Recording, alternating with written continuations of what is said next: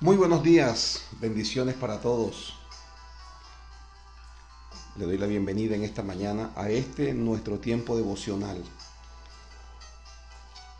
Agradecemos al Señor la oportunidad que nos da eh, de poder acercarnos a Él.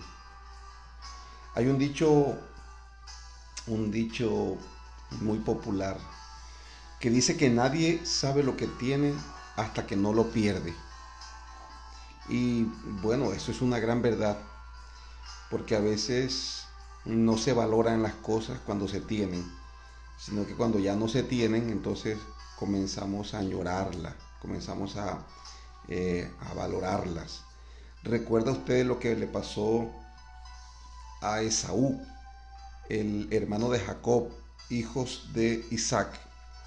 A él le correspondía por ley la primogenitura, es decir, el derecho de hijo mayor, que en términos prácticos eso significaba que le correspondía la mitad, la mitad de la herencia, y el resto de la herencia se dividía entre el resto de los hermanos, pero a él le correspondía no solamente la mitad de la herencia, sino que le correspondía heredar las promesas, las promesas.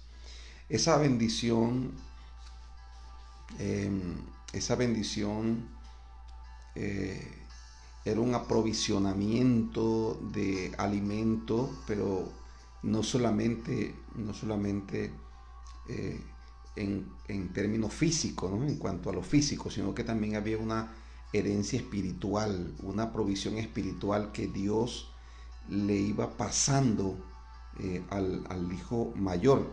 Y en el caso de Isaac, pues imagínense usted, no era cualquier bendición. Pero en un momento dado, Esaú no valoró esa bendición, sino que en un momento dado tenía hambre y su hermano, Jacob el menor, a quien por ley no le correspondía la herencia, no le correspondía la primogenitura ni la bendición del primogénito, por supuesto, eh, en un momento dado le compró la primogenitura, el derecho de hijo mayor, a su hermano Esaú. Pero la trampa o el engaño de Esaú, de Jacob, no es lo relevante y no fue lo determinante, porque lo determinante fue la actitud de Esaú respecto a la primogenitura, a su derecho de hijo primogénito y a la bendición. Dice la Biblia que la despreció, que no le dio el valor, y en un trato verbal, pero que igual tenía el mismo poder y el mismo efecto de un contrato, eh, le vendió la primogenitura a su hermano Jacob. Dice la Biblia que después quiso con mucho llanto, con muchas lágrimas recuperarlo, pero no lo pudo recuperar. Entonces hay muchas cosas en la vida que nos pertenecen, que son nuestras, que están con nosotros, y a veces no se valoran, ¿no? Pero cuando se pierden, entonces comenzamos a añorarlas, comenzamos a desearlas, comenzamos a lamentarlas y muchas veces a buscar tenerlas nuevamente, pero como sucedió con la primogenitura de Esaú, por mucho que lloremos, no vamos a recuperarla. Muy bien, yo quiero eh, eh, enfatizar la importancia de la presencia de Dios, la importancia de la libertad que tenemos hoy para entrar libres de una manera amplia al reino de Dios, a la presencia de Dios. Dice el escritor a los hebreos que tenemos entrada libre ante el trono de la gracia para hallar el oportuno socorro. Entonces es una bendición que hay muchos que no valoran realmente. Y lo triste es que llegará un día en el que van a querer buscar con mucha angustia, con mucha desesperación, ese tiempo de comunión, pero no va a ser posible. Así que hoy que tenemos esa bendición, vamos a apreciarla, vamos a aprovecharla, vamos a disfrutarla y vamos a atesorarla Mi oración a Dios siempre es que los creyentes puedan descubrir, que sus ojos espirituales puedan ser abiertos para que puedan descubrir la grandeza y la belleza del Evangelio. Esa era la oración del apóstol Pablo por los nuevos creyentes.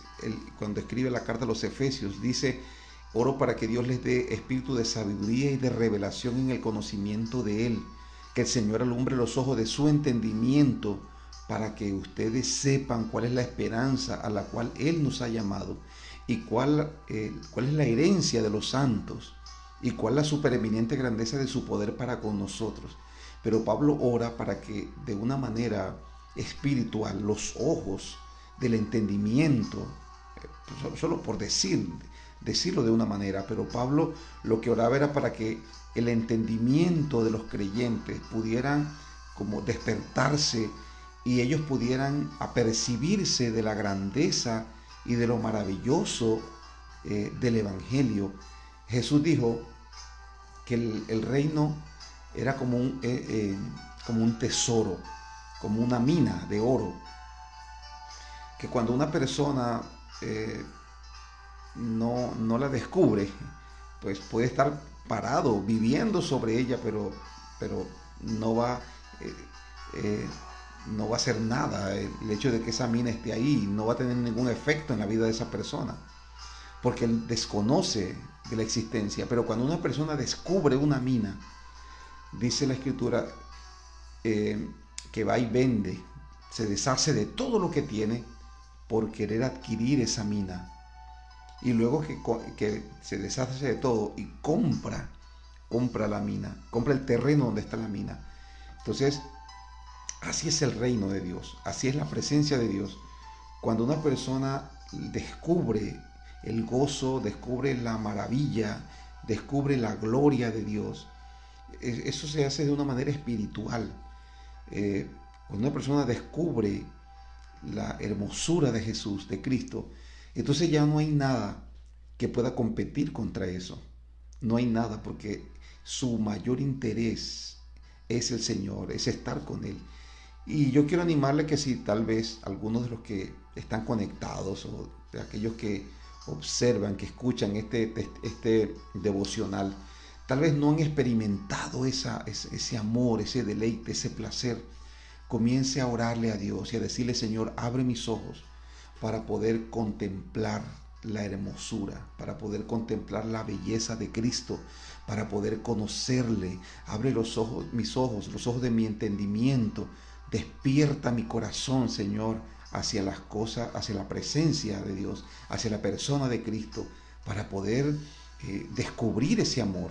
Entonces, el día pasado estuvimos hablando en nuestra congregación acerca de este tema, que me parece muy importante, relevante en la vida de un creyente. Si hay algo que el creyente debe hacer o tener, es esa revelación. Hoy quiero compartir con ustedes, o la palabra de Dios realmente nos hace un desafío a ir más allá, a poder avanzar en nuestro propósito de ser más como el Señor. Cuando Jesús relata el libro de Hebreos, la carta a los Hebreos, cuando Jesús estaba en la eternidad, relata un episodio en el que el Señor dice: he aquí, yo vengo, Señor, como está escrito en el libro, vengo. Y se refería al hecho de ofrecerse como el sacrificio por nuestros pecados. Entonces, me parece bien lindo la actitud de Cristo de no quedarse, y yo creo que era hasta un desafío para Él mismo como ser, como persona, porque Él es Dios, está en la eternidad, está reinando, está gobernando, y se presenta la necesidad de que haya un sacrificio perfecto para poder salvar a la humanidad. para poder ofrecerle un camino de salvación a las almas.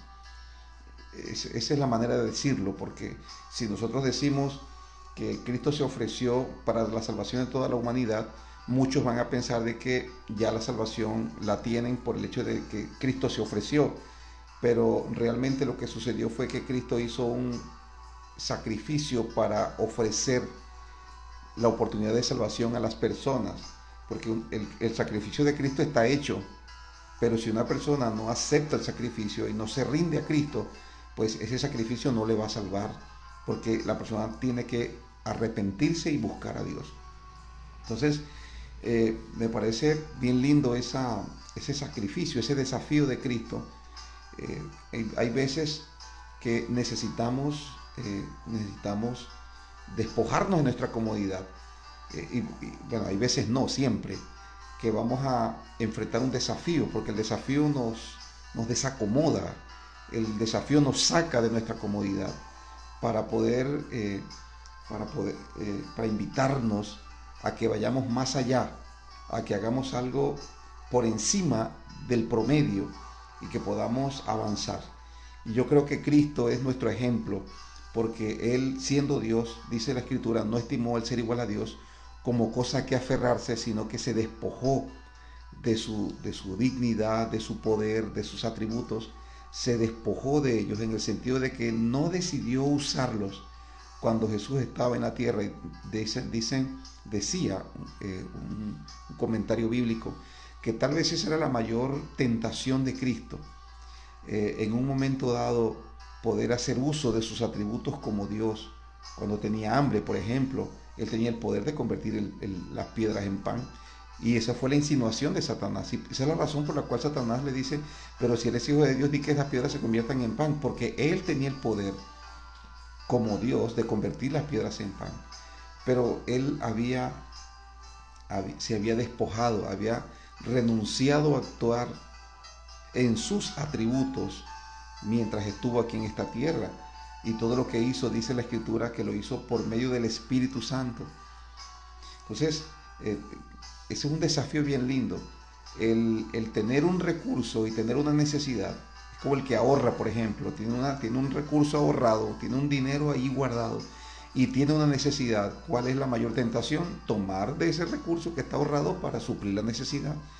Bueno, eso fue lo que pasó también con Jesús, pero dice la Biblia que él no accedió, porque Él debía vivir una vida como un ser humano, como usted y como yo, para mostrarnos a nosotros que sí es posible vivir una vida agradable a Dios, dirigidos por el Espíritu Santo. Entonces, es un desafío, y cuando yo contemplo ese desafío de Cristo, yo me estoy dando cuenta y puedo ver realmente, puedo admirar la grandeza del Señor Jesús. Pero Él trazó un camino, Él abrió un camino para que usted y yo lo siguiéramos. El Evangelio es un camino de desafíos, Dice la Escritura que si usted y yo queremos ser seguidores de Cristo, tenemos que negarnos a nosotros mismos, tenemos que tomar nuestra cruz y tenemos que seguirlo todos los días, seguirlo cada día. Entonces el camino del Evangelio es un camino de desafíos.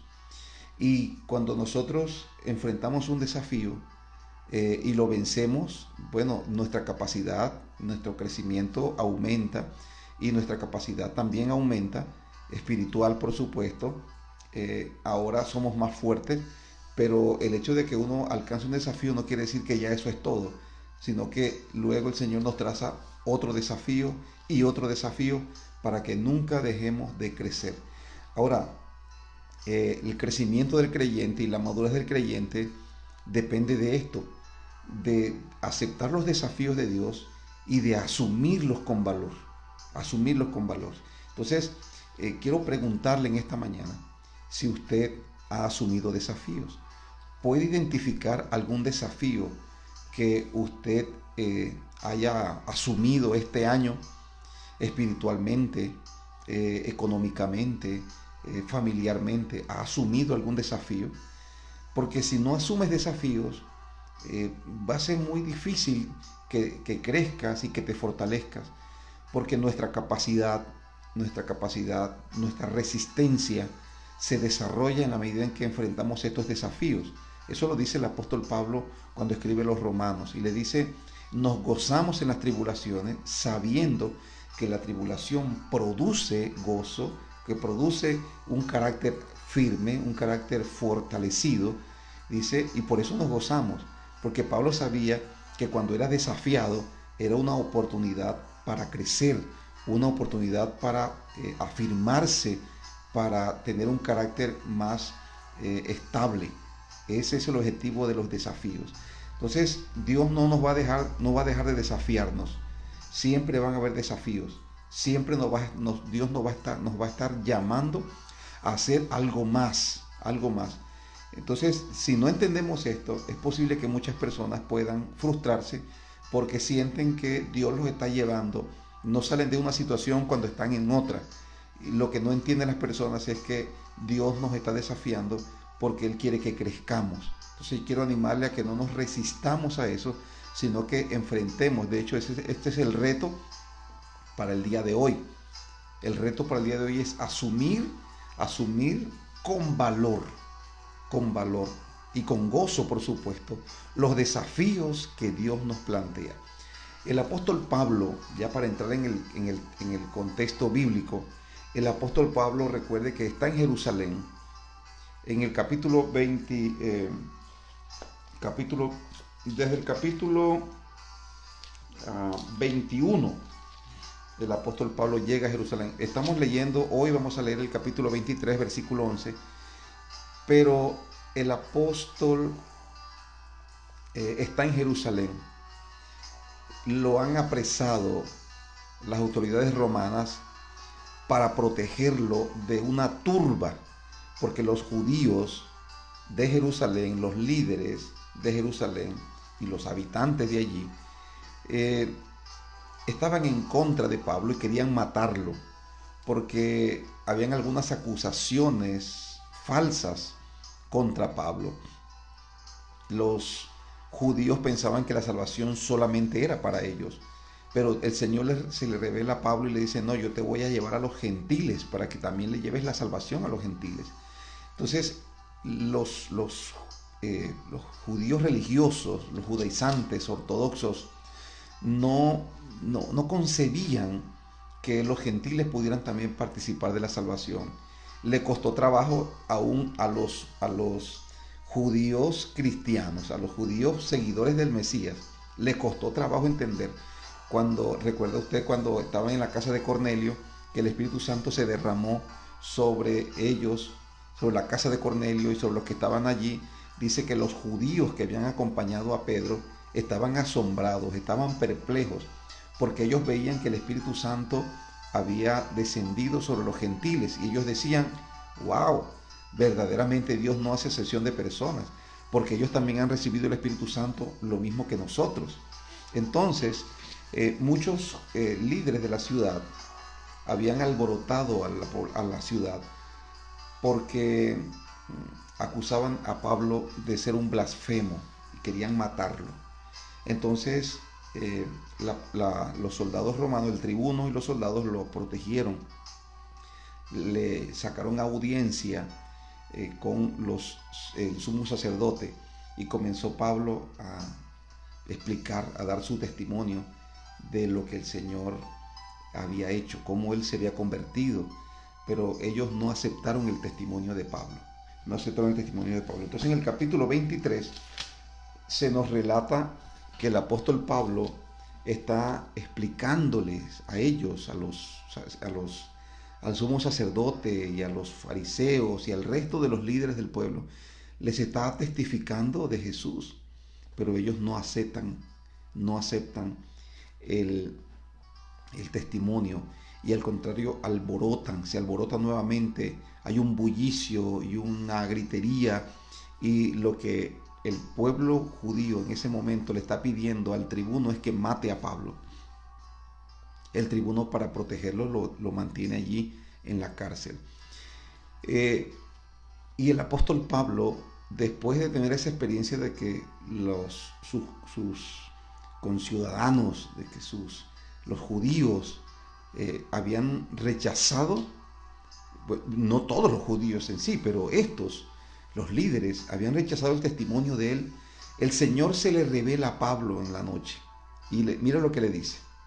Capítulo 23, versículo 11. Versículo 11. Dice: a la noche siguiente se le presentó el Señor y le dijo a Pablo: ten ánimo, Pablo, pues como has testificado de mí en Jerusalén, así es necesario que testifiques también en Roma. De pronto Pablo pensaba que ya su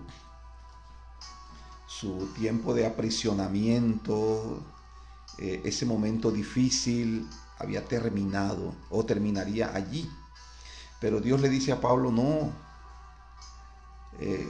Dios ha visto cómo Pablo testifica con valor, no se deja amedrentar por las autoridades, sino que él habla con valor de la palabra, testificando de que Jesús es el Cristo, el Mesías. Y las personas rechazan el testimonio, pero Pablo lo hace con valor. Es decir, era necesario que alguien se levantara y que con argumentos sólidos, y lo hizo Pablo porque Pablo era un fariseo, hijo de un fariseo. Así que Pablo tenía todo el conocimiento, la autoridad, los argumentos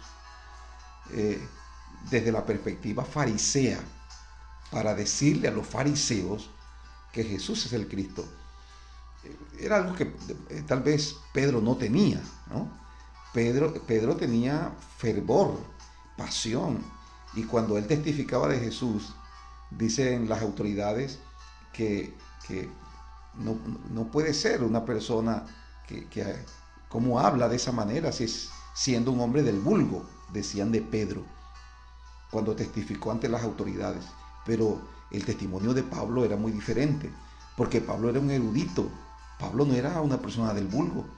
Pablo era una persona preparada, una persona, y eso lo relata él lo explica, lo comenta cuando está compartiendo el testimonio, relatando su conversión, diciendo quién era él, que para la audiencia, para las personas que estaban escuchándole a Pablo, no era un secreto, ellos sabían quién era Pablo.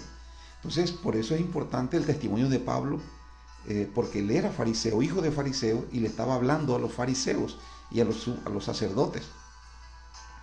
Entonces, y Pablo lo hace con valor.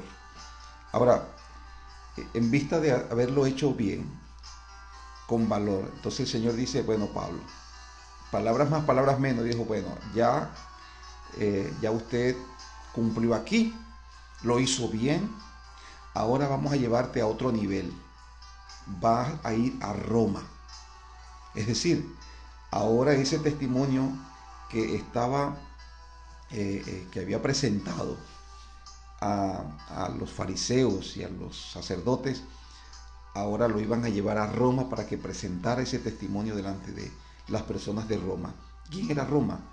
¿Quién era Roma? Roma era la capital del imperio, y no solamente del imperio. Roma era el imperio dominante de la época. Entonces allí estaba, como decimos popularmente, la crema innata de la sociedad.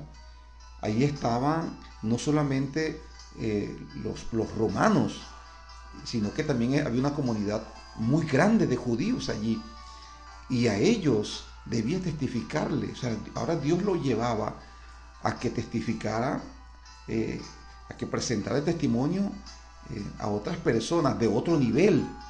Entonces Pablo, dispuesto acepta, por supuesto, el desafío que Dios le plantea, y de aquí Pablo viaja a Roma. Luego vamos a verlo en los días siguientes, cómo llega Pablo y cómo comienza a dar testimonio del Señor y las experiencias bien lindas que tiene allá en Roma. Pero me quiero quedar con esto en esta mañana, el desafío que Dios le plantea, porque no cualquiera iba a ir a Roma a testificar.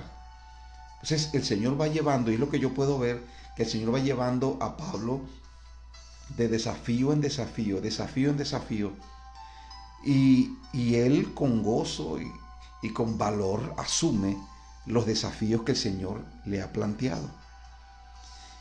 Y me quiero quedar con esa impresión porque es la actitud con la cual usted y yo debemos aceptar los desafíos de Dios. Es muy posible que usted se proponga desafíos. Es muy posible que usted diga, este año me he propuesto hacer esto, esto y esto. En el aspecto personal, en el espiritual, en el familiar, en el matrimonial, en el económico, etc. Es muy posible que usted se haya planteado desafíos. Este año sí voy a hacer esto, voy a hacer aquello. Pero yo quiero que usted piense en los desafíos de Dios, los desafíos que Dios le ha venido planteando a usted. Porque hay personas a quien Dios llama al ministerio, a quien Dios llama a la salvación, a quien Dios llama a que asuma más compromiso en su obra. Hay desafíos que Dios le plantea a las personas para que abandonen el pecado, la maldad, para que estudien, para que se preparen. O sea, son los desafíos que Dios nos plantea. Y yo quiero que usted en esta mañana piense en esos desafíos que Dios le ha planteado a usted. Tal vez son desafíos que han estado allí, que usted sabe que algún día lo va a hacer. Pero quiero animarle en esta mañana a que usted tome en consideración y pueda asumir con valor, con gozo también, por supuesto. Porque hay personas que sí están asumiendo los retos, pero se quejan mucho, son muy quejumbrosos. Y dice la Biblia, no os quejéis para que no seáis condenados. Entonces, cuando yo asumo un desafío, tengo que hacerlo con gozo y con alegría. Cuando se presenta la dificultad, cuando estoy sintiendo la presión, la opresión, yo en ese momento, en lugar de quejarme y decir, ay, estos desafíos de Dios, yo no sé, no, yo voy a dar gloria y voy a dar honra a Dios y le voy a dar gracia, y como dice el apóstol Pablo, yo me voy a gozar, porque yo sé que la prueba de mi fe va a producir mucha paciencia. Me va a ayudar, me va a llevar al crecimiento. Estoy creciendo porque mi interior, como dice el apóstol Pablo, mi hombre interior se está quebrantando, se está ampliando, se está ensanchando, y cuando eso está sucediendo, debe haber un quebrantamiento.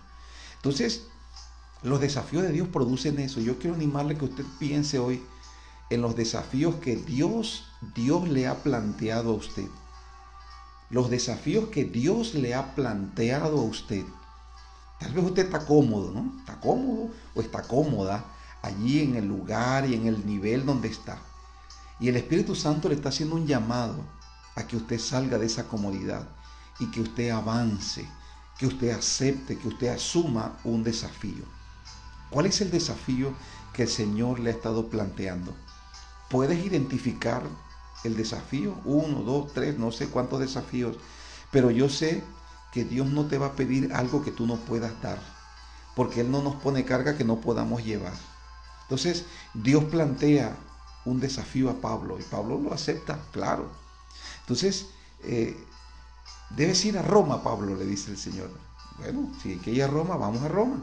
Y si hay que testificar, pues eso representaba un desafío bien grande para Pablo.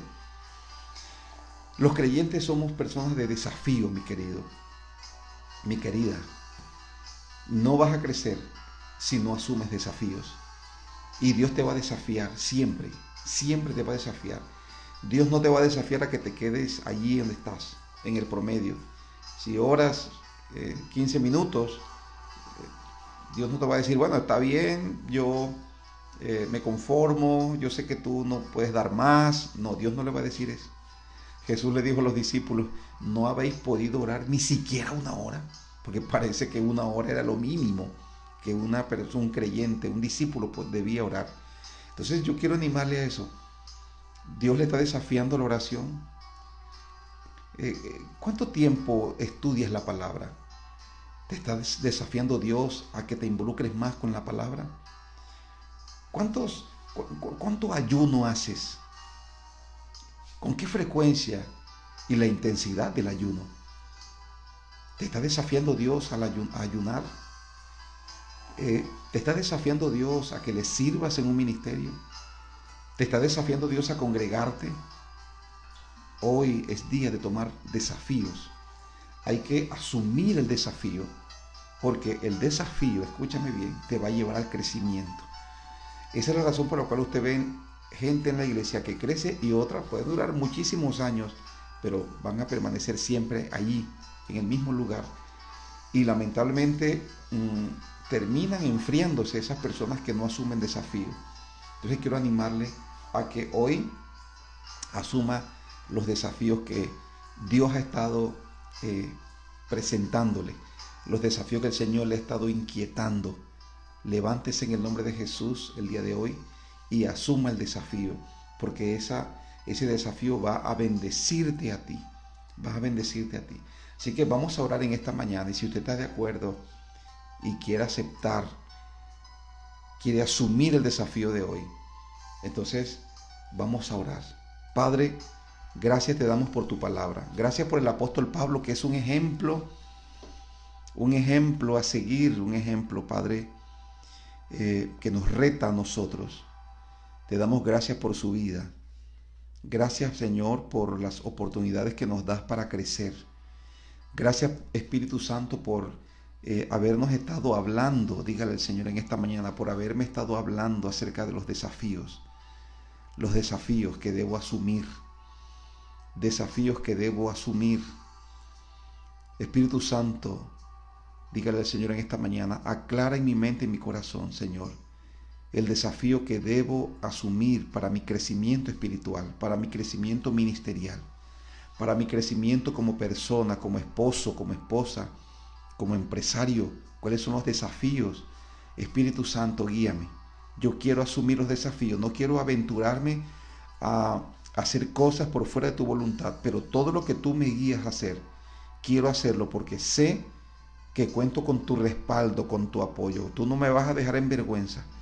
Donde quiera que yo entre, Señor, para asumir, para cumplir tus desafíos, tú me vas a respaldar, Señor. Así que hoy, dígale al Padre, hoy con un corazón creyente, con un corazón confiado, Señor, dispongo mi corazón para asumir con valor y con gozo los desafíos, Señor, que tú me planteas. Gracias, Señor, por hablarme. Gracias porque tú, Señor, me insistes, Señor. Tú insistes, Señor, una y otra vez. Gracias por no darte por vencido con nosotros. Bendecimos tu nombre en esta mañana, Padre.